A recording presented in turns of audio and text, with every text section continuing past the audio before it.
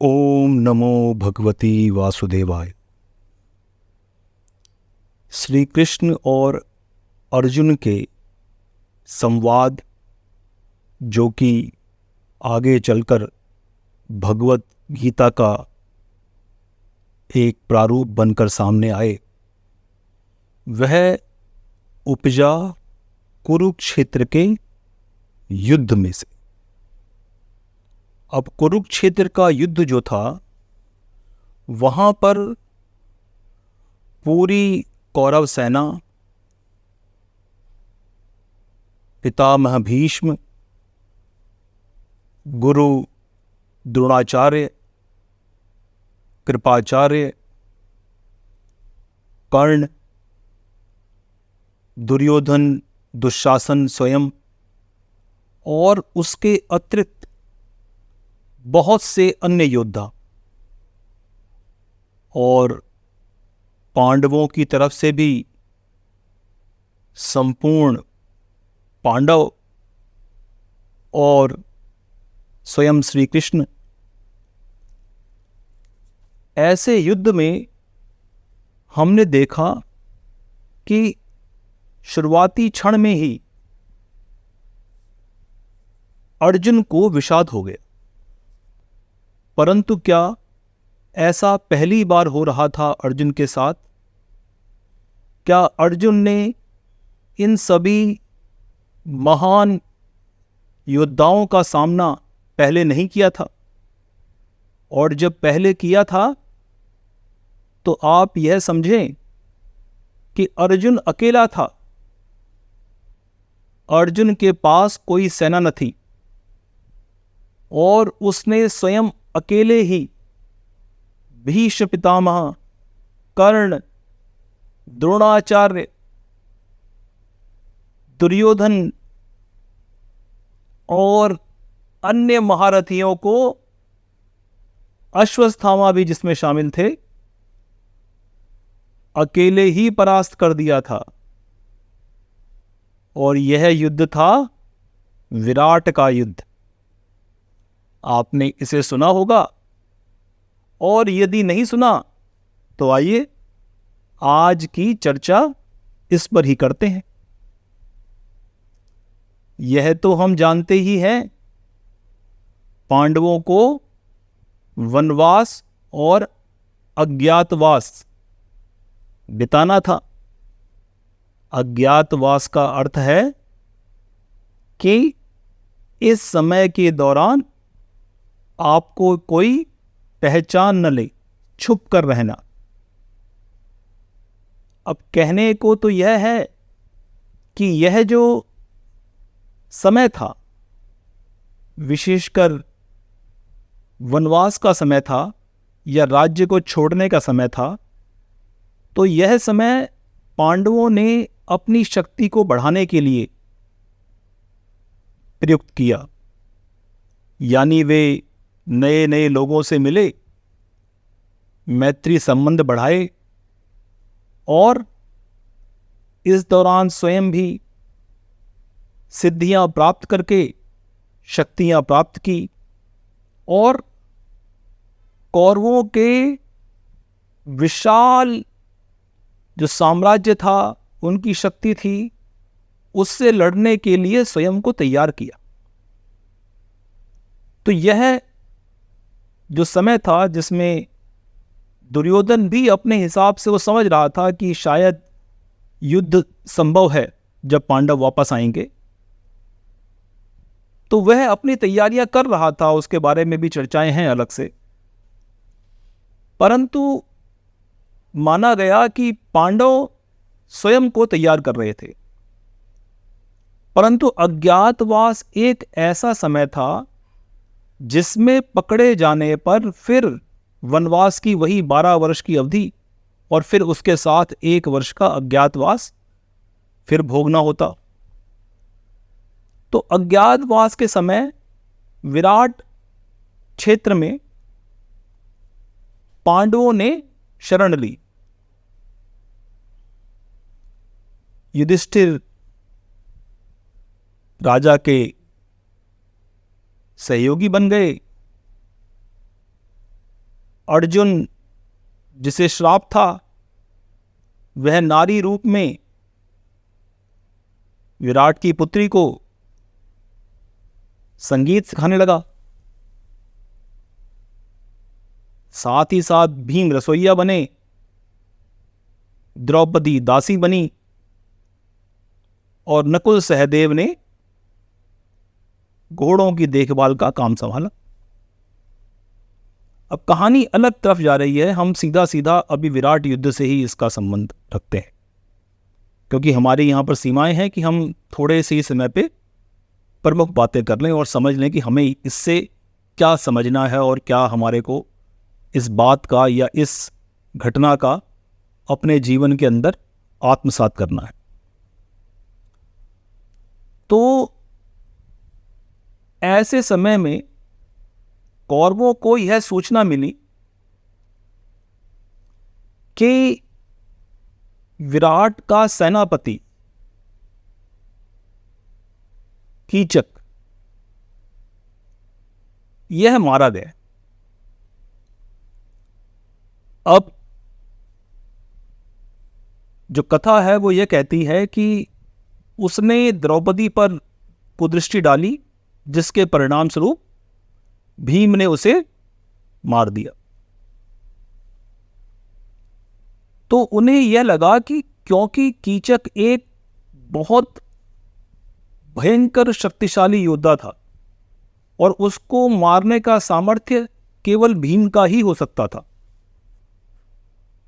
यूं तो यह बात फैलाई गई कि उन्हें गंधर्वों ने मारने के लिए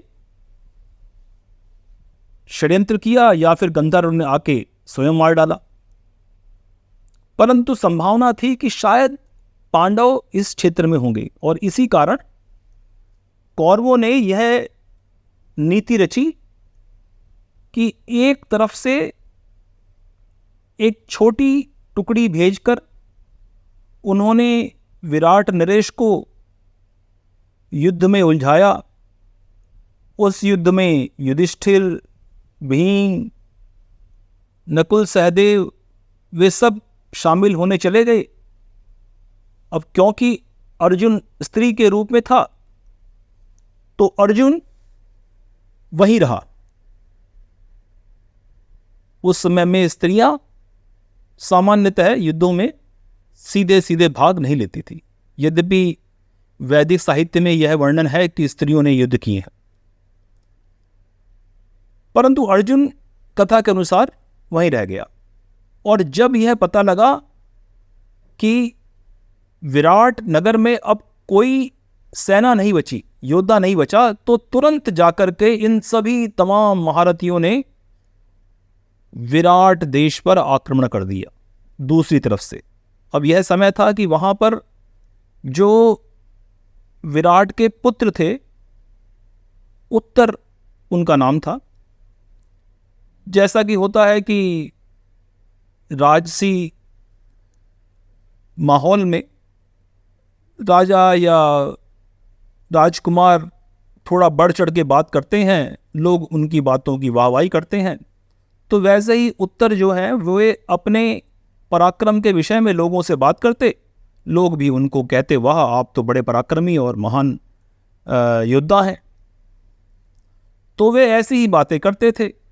जब पता लगा उन्हें कि भाई आक्रमण दूसरी दिशा से हो गया और अब राज्य में वे बचे हैं, बाकी सेना तो पूरी जा चुकी,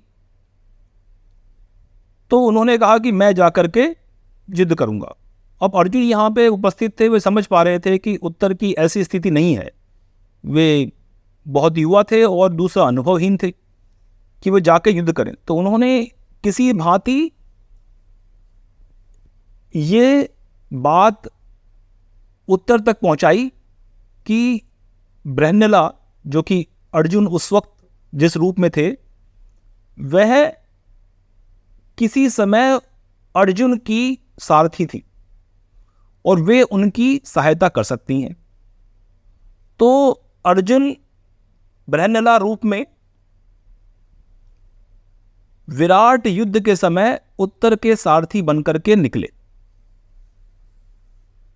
अब कौरवों की विशाल सेना, जिसमें भीष्म से लेकर के कर्ण, द्रोणाचार्य, अश्वत्थामा, दुर्योधन, ये सभी महान योद्धा मौजूद थे।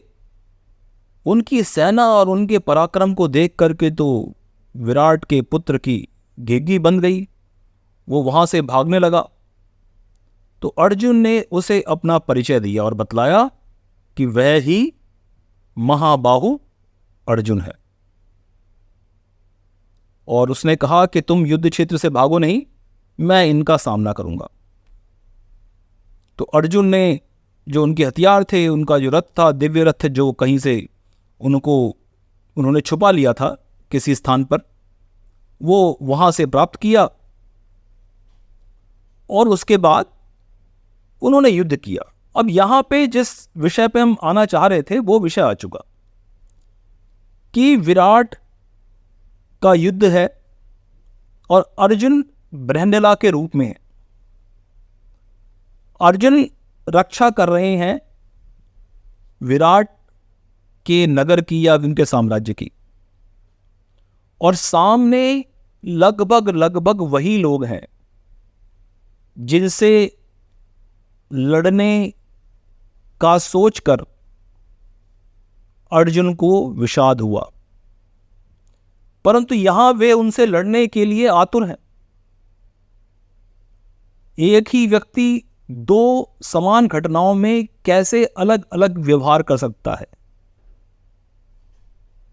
क्योंकि यहां पे अर्जुन स्वयं के लिए युद्ध नहीं कर रहे थे। वे क्योंकि एक तो सेवक थे और दूसरा उस राज्य की रक्षा कर रहे थे जिस राज्य ने उन्हें आश्रय दिया। तो व्यक्ति जब कर्म के, या ये समझिए कि अपने नियमों के तहत अंतर्गत बंधा होता है और उसे अपनी स्थिति को बनाए रखने के लिए, यानी कि अपने उस कर्तव्य के पालन करने के लिए सब कुछ करना होता है, तो उसके निर्णय व्यवस्था के अनुरूप होते हैं, जो कि यहां पर थे। विराट के युद्ध की कहानी यह है कि अर्जुन ने सभी योद्धाओं को अकेले बिना सेना के हरा दिया। यद्यपि उनमें से किसी की जान नहीं गई, न जान ली अर्जुन ने और ना वो अर्जुन की जान ले पाए, परंतु युद्ध में वो विजयी हुआ अकेला बिना सेना के। और वही अर्जुन जब कुरुक्षेत्र में आए तो मन में यह भाव आया कि मैं किनको मारने आ गया। अब जानते हैं यह स्थिति कौन सी स्थिति है? यह स्थिति है कि जब स्वयं के लाभ के लिए, स्वयं ही प्राप्त करने के लिए आपको निर्णय लेना होता है, तब यहां स्वतंत्र होते हैं आप। जब आप व्यवस्था के अंतर्गत निर्णय लेते हैं तो आपको व्यवस्था के नियमों का पालन करना होता है। आप किसी के दास हैं, किसी के सेवक हैं, तो आपको उस भावना को अपने मन से निकालना होगा जो व्यक्तिगत है और व्यवस्था की भावना के अनुरूप कार्य करना होगा। वही जो भीष्म ने किया, वही जो द्रोणाचार्य ने किया। वे व्यवस्था के अंतर्गत स्वयं को बांधे हुए थे और उसी के अनुरूप कार्य कर रहे थे। और जब अर्जुन उस व्यवस्था के अंतर्गत था तो अर्जुन ने भी बिना किसी विषाद के अपने कर्म का पालन करने के लिए, और कर्म क्या था उसका? सेवा कर्म था, तो उस सेवा कर्म के पालन के लिए उसने युद्ध किया। परंतु अर्जुन जैसे ही स्वयं के लिए युद्ध करने आगे आए तो पता लगा कि मेरी मन की स्वतंत्रता है और मैं यह निर्णय ले सकता हूं कि मुझे युद्ध करना है या नहीं करना है। तो समझने वाली बात यहां पर यह है कि व्यक्ति सही निर्णय या व्यक्ति धर्म के अनुरूप कार्य तभी कर सकता है जब वह मानसिक रूप से स्वतंत्र हो। बंधन में रह करके किए गए कार्य और निर्णय धर्म अनुरूप नहीं होते हैं। और ऐसा दोनों पक्षों में हमने देखा। विराट युद्ध में अर्जुन उन्हीं योद्धाओं के सामने था।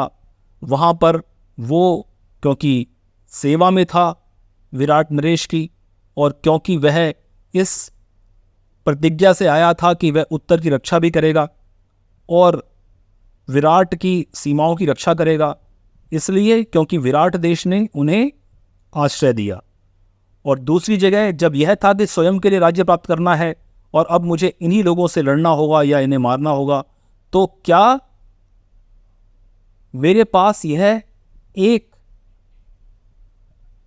आप यूं समझे कि दो मार्ग हैं और चुनना आपको है, तो आप चुनाव कर सकते हैं। उन्होंने कहा कि क्या मेरे पास चुनाव है दूसरे मार्ग जाने का, तो मैं उसी मार्ग में जाऊंगा जो धर्म के अनुकूल हो।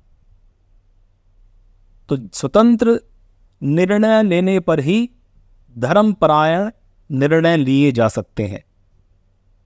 आप संभवतः इस बात को अपने जीवन में समझ रहे होंगे और आप पा रहे होंगे, जब आप पर बाध्यता नहीं होती है और जब आप किसी नीतिगत फैसले से नहीं जुड़े होते हैं, किसी और के फैसले से नहीं जुड़े होते, तो आप स्वतंत्र होकर धर्मपरायण और मन के जो मनवांछित कार्य हैं वे कर सकते हैं। स्वतंत्रता कितनी अधिक महत्वपूर्ण है, मन की स्वतंत्रता और आपके जीवन और समाज में रहने की स्वतंत्रता। जय जय। चारों वेदों, 10 उपनिषदों के ज्ञाता, महान ब्रह्मनिष्ठ तथा स्वयं ब्रह्मवेद के रचनाकार राकेश प्रसाद पुरोहित जी द्वारा वाचन किया गया यह वृत्तांत केवल सत्य के विभिन्न रूपों का दर्शन है। सत्य सर्वत्र है, जिज्ञासा से सत्य प्राप्त होता है। दर्शक अपने दर्शन से सत्य को जांचे, सत्य मार्ग का यही आचरण है। नमो ब्रह्म।